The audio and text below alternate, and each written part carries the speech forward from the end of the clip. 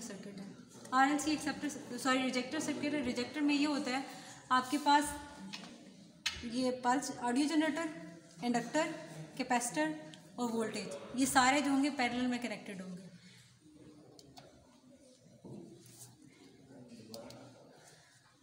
इसकी हम तीन वैल्यूज़ देंगे। एक जब हमारे पास रेजिस्टेंस इन्फिनाइट होगी, यानी कि आपने रेजिस्टेंस नहीं लगाई हुई। एक जब हम 1 किलो ओम की रेजिस्टेंस लगाएंगे और थर्ड वन जब हम 4.7 किलो ओम की रेजिस्टेंस लगाएंगे। हम ये देखेंगे कि हमारी वैल्यूज़ में कितना डिफरेंस पड़ता है, जब हमारे पास इन्फिनाइट रेजिस्टेंस है तब, जब हमारे पास रेजिस्टेंस चेंज हुई तब, और उसके बाद। अब इसका काम सिर्फ ये है कि आपको काउंटिंग में शो करता है फ्रिक्वेंसी को। ये ऑडियो जनरेटर है, यहाँ से फ्रिक्वेंसी वेरी करते हैं आप, उसकी वैल्यू यहाँ शो होती है। ये यहाँ से ये नॉब है, इससे आप देखें ये इम्पल्स चेंज कर सकते हैं। ये टाइमर, ये टाइम, ये फ्रिक्वेंसी। हमें फ्रिक्वेंसी चाहिए इसलिए मैंने फ्रिक्वेंसी वाला रखा है, और फ्रिक्वेंसी चाहिए किलो हर्ट्ज़ में, इसलिए किलो हर्ट्ज़ का पॉइंट स्टार्ट किया हुआ है। ये हमारे पास वोल्ट मीटर है जिसके ऊपर वोल्टेज शो होगी फ्रिक्वेंसी के वेरी करने से। इसका पॉजिटिव इसके पॉजिटिव से, ये देखें, और इसका नेगेटिव उसके नेगेटिव से। अकॉर्डिंग टू सर्किट डायग्राम जो है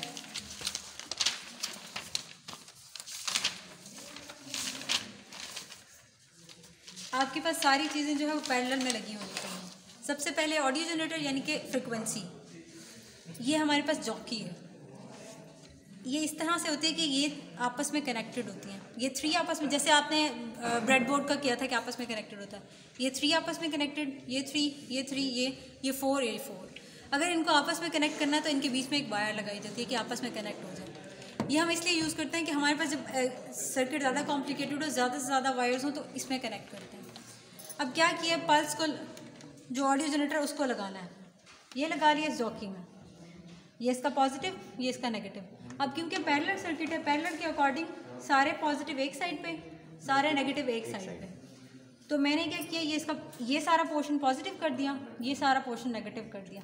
ये पॉजिटिव, ये नेगेटिव।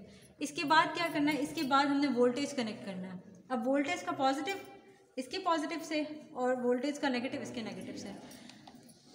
मैंने ये एक वायर लगाई है, इसका मतलब ये है कि इन तीन को इन तीन से आपस में कनेक्ट कर लिया है। इसी तरह ये देखें, ये रेड वाली एक वायर है, इन तीन को इन तीन से कनेक्ट कर दिया। क्योंकि अब वोल्टेज लगानी है पैरेलल में, ये वोल्टेज का पॉजिटिव है, तो जो इसका पॉजिटिव टर्मिनल है वहाँ मैंने लगा दिया उसके अंदर। ये देखिए, ये इसके कनेक्ट करने का ना इसका है कि ये इसमें कनेक्ट हो जाता है यहाँ पर। इसी तरह ये इसका नेगेटिव, हम ये फिक्स हैं, ये वाले ये फिक्स नहीं, ये भी निकलते हैं, ये देखिए। और उसका नेगेटिव, ये यहाँ पर नेगेटिव। अब ये हो गया यहाँ पर पैरेलल में इसके, उसके पॉजिटिव के साथ पॉजिटिव और उसके नेगेटिव के साथ नेगेटिव। अब इसी के पैरेलल में हमने इंडक्टर लगाना है। ये एक इंडक्टर है, ये इंडक्टर का पॉजिटिव, ये इंडक्टर का नेगेटिव। ये देखिए, ये नेगेटिव लगा हुआ है और ये पॉजिटिव लगा हुआ है, ये इसके पैरेलल में लगा हुआ है। इसके आगे कैपेसिटर लगाना है, फिर कैपेसिटर का पॉजिटिव और नेगेटिव। अब ये देखिए, कैपेसिटर इस तरह से लगा हुआ है। ये कैपेसिटर का जो पोर्शन होगा, ये कैपेसिटर की भी दो इस तरह से है, इसी तरह का है कैपेसिटर भी, एक पॉजिटिव होगा एक नेगेटिव होगा। उसको इस तरह से कनेक्ट करें तो ये इसका पॉजिटिव, ये नेगेटिव। चाहे कैपेसिटर को जिस तरह से भी कर दें, क्योंकि दो पैरेलल प्लेट्स हैं ना, आप इसको रिवर्स भी कर देंगे तो भी पॉजिटिव नेगेटिव होगा। ये पूरा सर्किट बन गया पैरेलल सर्किट। अब इस सर्किट के अकॉर्डिंग ये है कि जब इन्फिनाइट रेजिस्टेंस होगी तब आपके पास वोल्टेज की वैल्यू जो होगी सबसे ज़्यादा मैक्सिमम वैल्यू होगी। ये स्टार्ट कर दिया हमने इनिशियल वोल्टेज पे आपके पास। अब ये आप टेबल लिख लें अपनी, फ्रिक्वेंसी की वैल्यू और वोल्टेज की वैल्यू जो आपने मेजर करनी है।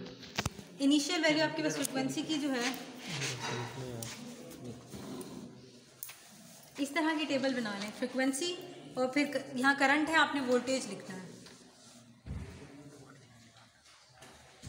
इनिशियल वैल्यू आपके पास है 9.603 फ्रिक्वेंसी की और उसकी वोल्टेज है 9.74। और ये हमें एसी सप्लाई चाहिए, इसलिए हमने इसे एसी पे किया हुआ है। इसको क्लिक करेंगे तो ये डीसी हो जाएगा। मुझे एसी चाहिए इसलिए मैंने एसी किया हुआ है इसको। तो आपकी इनिशियल वैल्यू है 4.70, ये वोल्टेज की है, ये फ्रिक्वेंसी है 9.63। अब फ्रिक्वेंसी वेरी करेंगे, वेरी कर ली तो ये आपके पास क्या आ गया 13.94। ये देखिए, ये चला गया आपके पास 5.86। इसी तरह फ्रिक्वेंसी और बढ़ाएंगे, वो आपके पास 26.29 और यहाँ पर आपके पास 9.22।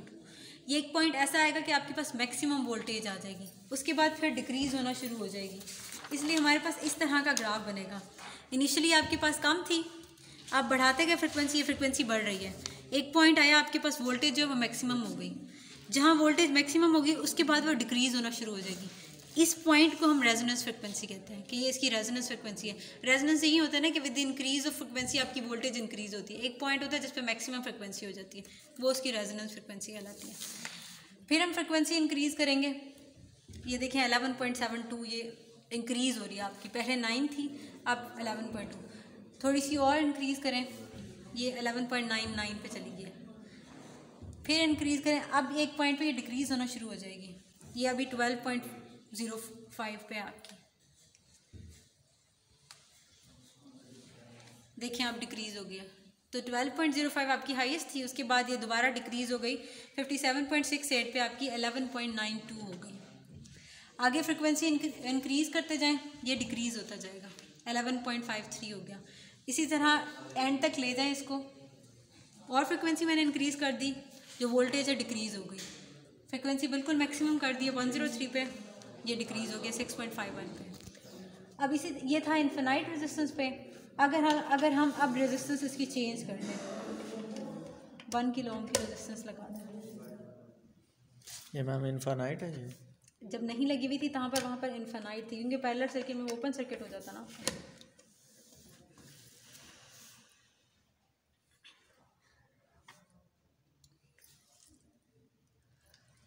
फिर इसकी फ्रिक्वेंसी इंक्रीज़ करें, वोल्टेज जो है वो इंक्रीज़ होती जाएगी आपकी 5.51 और इंक्रीज़ करें, ये 20.91 पे आपकी 7.98 हो जाएगी।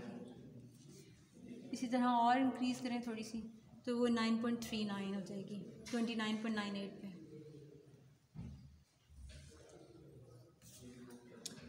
uh, 40.85 पे 10.80 हो गई। ये 11.12, अब देखें ये आपकी 11.12 ही हाईएस्ट थी, इसकी 11.13 या 14। पहले आपकी क्या थी, वो 12 पॉइंट समथिंग थी जब आपके पास इन्फिनाइट रेजिस्टेंस, 12.5 पे आपकी यही जब आपकी इन्फिनाइट रेजिस्टेंस थी। अब आपने रेजिस्टेंस लगाई, रेजिस्टेंस का काम क्या होता है, वो एक रेजिस्ट पैदा करती है जिससे आपकी वोल्टेज को वो कम कर देती है। तो अब इसकी वोल्टेज मैक्सिमम क्या होगी, 11.15 हो गई, क्योंकि हमने 1 किलो ओम की रेजिस्टेंस लगाई। इसी तरह आगे करेंगे वो डिक्रीज़ होती जाएगी, 10.62 11 से कम हो गई। फिर करेंगे फिर और डिक्रीज़ होती जाएगी, और इसी तरह मैक्सिमम करें तो वो 103 पे आपकी 5.58 आ गई। कि आपका ग्राफ इस तरह से ही बन रहा है। सेकंड वाला ये आपका इन्फिनाइट रेजिस्टेंस का था। ये जो सेकंड वाला ग्राफ है ये आपका 1 किलो, ये 1 किलो ओम का थर्ड वाला होगा, ये 4.7 किलो ओम का होगा। अभी 4.7 किलो ओम की रेजिस्टेंस लगाएंगे तो उसका ग्राफ होगा। यही होगा कि आपकी जब इन्फिनाइट रेजिस्टेंस थी तो वोल्टेज मैक्सिमम थी, बहुत ज़्यादा हाई थी। जैसे जैसे हमने रेजिस्टेंस हम लगाते गए तो ये 4.7 पे कम हो गई आपकी वोल्टेज, फिर 3 पे आपकी और कम हो गई, डाउन होती गई है। अब हम रेजिस्टेंस इसकी चेंज कर देंगे।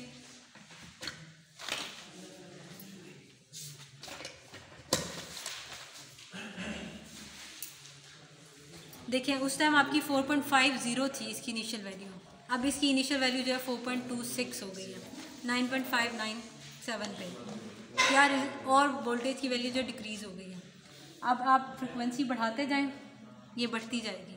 फ्रिक्वेंसी 18.10 पे आपकी वोल्टेज है 6.24, 27.83 पे 8.38,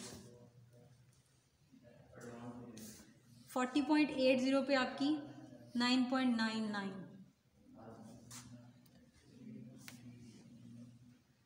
46.44 पे आपकी 10.21 इंक्रीज हो रही है, ये 10.22 पे हुई। अच्छा ये अब आपकी पहले आपकी देखें 11.14 थी, अब आपने रेजिस्टेंस बढ़ाई है उसकी तो क्या आ गया 10.22 पे आ गई। अब हम और फ्रिक्वेंसी बढ़ाते जाएंगे तो अब डिक्रीज़ होता जाएगा। ये फ्रिक्वेंसी बढ़ती गई, ये 10.11 हो गया, डिक्रीज़ हो गया। फ्रिक्वेंसी और बढ़ाएं तो आपकी जो है वोल्टेज और इंक्रीज़ हो जाएगी, डिक्रीज़ हो जाएगी। और अब आपकी ये 77.07 है, ये 8.15 हो गई है। इसी तरह मैक्सिमम कर लें 103 पे, ये आपकी 4.67 होगी। ये अगर आप पिछले से कंपेयर करें तो ये आपकी और डिक्रीज़ होती जा रही है। एक्सेप्टर और रिजेक्टर में सिर्फ ये फ़र्क होता है कि जो एक्सेप्टर सर्किट होता है वो आपके पास सीरीज़ में होता है। ये आप ऑडियो जनरेटर और वोल्टेज जो है उसको पहले पैरेलल में लगाएंगे जिस तरह ये लगा हुआ है। आगे क्या करेंगे, जो इनका पॉजिटिव होगा वहाँ पर इंडक्टर लगाएं, इंडक्टर का पॉजिटिव, फिर इंडक्टर के ही नेगेटिव पे आपने रेजिस्टेंस का पॉजिटिव, फिर रेजिस्टेंस के नेगेटिव पे कैपेसिटर का पॉजिटिव, एंड सो ऑन। ये आपकी सीरीज़ में कनेक्ट हो जाएगा। और जो रिजेक्टर होगा उसके अंदर ये होता है कि इन सब के पॉजिटिव एक साइड पे और नेगेटिव एक साइड पे। ये पैरेलल सर्किट है, वो हमारे पास सीरीज सर्किट है। एक्सेप्टर का ये, रिजेक्टर का ये होगा कि आपके पास पहले 0 पे वैल्यू होगी, आगे इंक्रीज़ करते जाए मैक्सिमम पे होगी, फिर डिक्रीज़ हो जाएगी। और जो रिजेक्टर का होगा उसका ये होगा कि इनिशियली आपके पास मैक्सिमम वैल्यू होगी उसकी, फिर उसके बाद वो डिक्रीज़ होती जाएगी। एक पॉइंट ऐसा आएगा जहाँ पर आपकी बिल्कुल जो है ना कम हो जाएगी, उसके बाद फिर इंक्रीज़ होना शुरू हो जाएगी। तो एक्सेप्टर और रिजेक्टर में सिर्फ इतना सा ही डिफरेंस है।